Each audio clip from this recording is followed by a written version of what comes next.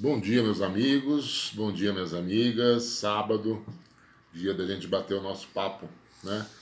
Eu estou lendo esse livro aqui do Deepak Chopra, Deus, né? É um livro muito interessante, tem diversas abordagens a respeito de diversas pessoas diante de Deus, né? Desde Jó, começa o livro com Jó, que vai ser o tema do nosso assunto, até Giordani Bruno, passando por pensadores orientais, passando pelo apóstolo Paulo. É muito interessante. E hoje, lendo essa abordagem que ele faz a respeito do livro de Jó, é claro que é uma abordagem fictícia, né? De uma obra que todo mundo sabe que é alegórica. A figura de Jó, dentro do contexto bíblico, é uma figura alegórica. Segundo historiadores, é o livro mais antigo do texto bíblico, né, do cânon bíblico, né, e conta a história de Jó, né, que todo mundo sabe que era um cara muito rico, mas através da permissão de Deus, o diabo foi lá e começou a destruir primeiro a sua fortuna, depois a sua família, depois a sua própria saúde e depois até mesmo a sua própria relação, né, quando ele diz a sua esposa, diante de tudo isso que ele estava passando, chegou para ele e disse: ó, amaldiçoa esse teu Deus aí e morre, porque acreditar nesse teu Deus aí não está dando certo, porque a nossa vida acabou, né? Nosso dinheiro foi embora, os nossos filhos se perderam e você está aí coçando essas feridas abertas com cacos de telha, né?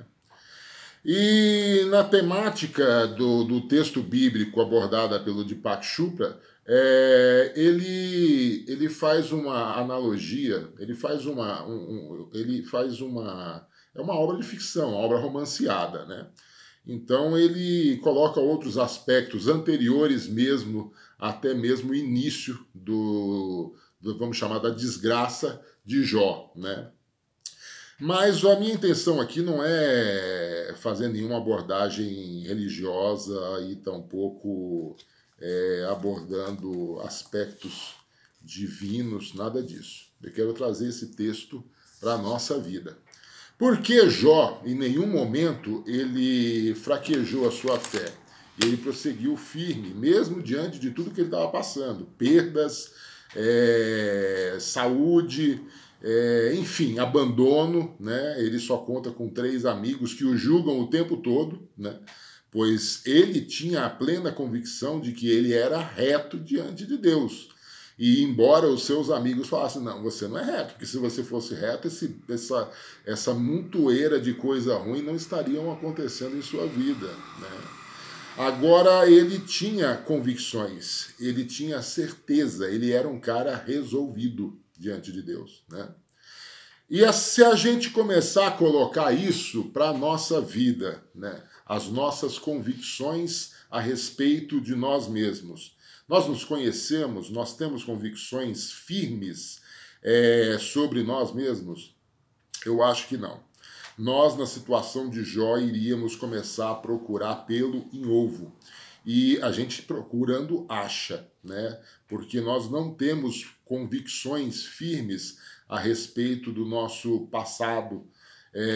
Nós carregamos muitas culpas, nós temos uma extrema dificuldade de perdoar e principalmente de nos auto-perdoar. Essa incapacidade que o ser humano carrega de perdoar a si mesmo, ela pode se tornar um dilema frustrante e um dilema extremamente perigoso que pode fazer com que o indivíduo caminhe a passos largos rumo à decadência de suas forças psíquicas. Ele pode acabar se odiando, ele pode acabar não desejar viver mais, porque o fardo começa a se tornar quase que insustentável. Agora, quando o cara tem uma convicção firme, como Jó tinha, de que ele estava no caminho certo, ele prossegue, ele consegue prosseguir. Quantas pessoas nós já vimos na nossa vida? Eu tenho exemplos e todos vocês devem ter exemplos de pessoas que superaram coisas tremendas, coisas horrendas, coisas horríveis, coisas insuportáveis. Quebraram, faliram, perderam a família inteira, se mutilaram, enfim. Todo mundo deve ter um exemplo bem perto ou alguém que conheça que passou por dificuldades enormes, muito maiores do que as que nós passamos e suportaram. E a gente fala com que forças essa pessoa suportou, com as forças que ela tinha de que elas eram plenas na certeza de que elas estavam no caminho certo e de que não havia injustiça em suas vidas. Elas creram e creem de que a rota a seguir era aquela mesma.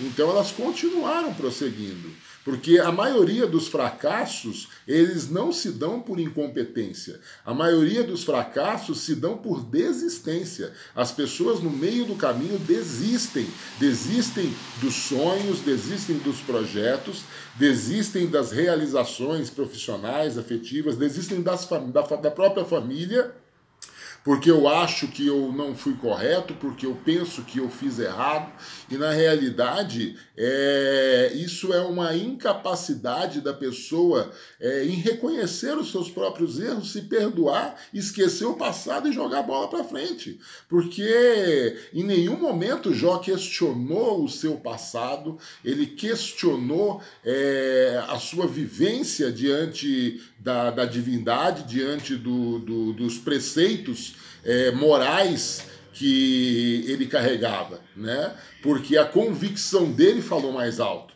Então as nossas convicções têm que soarem mais alto do que as nossas dores. E essa capacidade de o indivíduo tem que ter de se auto-perdoar e esquecer e viver o momento presente é fundamental dentro do processo evolutivo. Se não for assim, a gente vai continuar sofrendo, a gente vai continuar se machucando e a gente pode continuar fazendo o pior, que é cometendo os mesmos erros.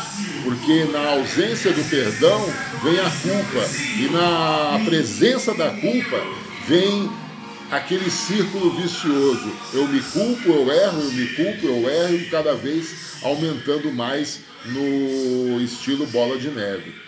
Que nós venhamos a aprender a nos perdoar. Perdoar não é um sentimento fácil, é uma coisa que se decide fazer. Então, perdão, antes de mais nada, é uma decisão. Depois ele pode até virar um sentimento, mas antes de tudo é uma decisão. E perdoar os outros é difícil, perdoar a nós mesmos pode ser tão difícil quanto ou até pior, né? Porque nós carregamos as culpas e além disso nós carregamos as consequências de nossas propensas falhas, porque na realidade nós estávamos tentando fazer o certo. Se não o fizemos, não foi por nossa culpa, né? Então que possamos aprender com essa analogia, possamos nos perdoar, possamos viver o momento presente, que é o que interessa, o restante são ilusões, passado e futuro são ilusões. O momento presente é a única coisa que temos, né? E que possamos caminhar para frente, num sentido de um pensamento liberado e uma mente limpa e desalojada de todo e qualquer lixo trazido por um passado mal resolvido.